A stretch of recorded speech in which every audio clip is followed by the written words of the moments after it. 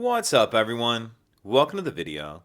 Today we're going to take a look at how to replace the battery in this Lexus GX460 remote key fob.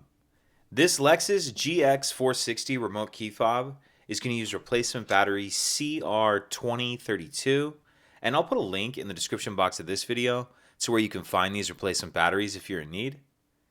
So the first thing we want to do is grab our key fob and we're going to remove the emergency key that's in the bottom of it.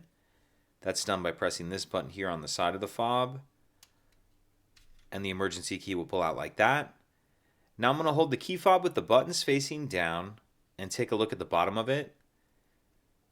And we see there's this notch right here that I'm touching with the end of the key, and if you notice, this key has a little bit of a lip on the end of it. So what I'm going to do is take my key and stick it straight in that notch like that. Make sure it's all the way pushed in that notch, then I'm just going to twist the key like I'm opening a lock. And as I do that, you can see it splits the two halves of the case apart. Pull it the rest of the way apart, and then we see our battery right here. And I'm just going to use the end of the key again to get under the edge of the key right here, or under the edge of the battery rather, and pop it out of this little holder. Then I'm going to grab my new battery, and you want to make sure that you're installing your new battery with the plus side up, positive side up.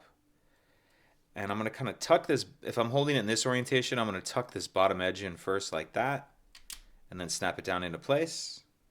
Make sure that this board is sitting down in this white rubber piece properly. Sometimes it can shift around a bit.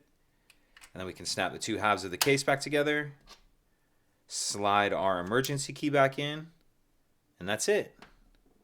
If you could take a second to like and subscribe, it helps us out, and I'd appreciate it.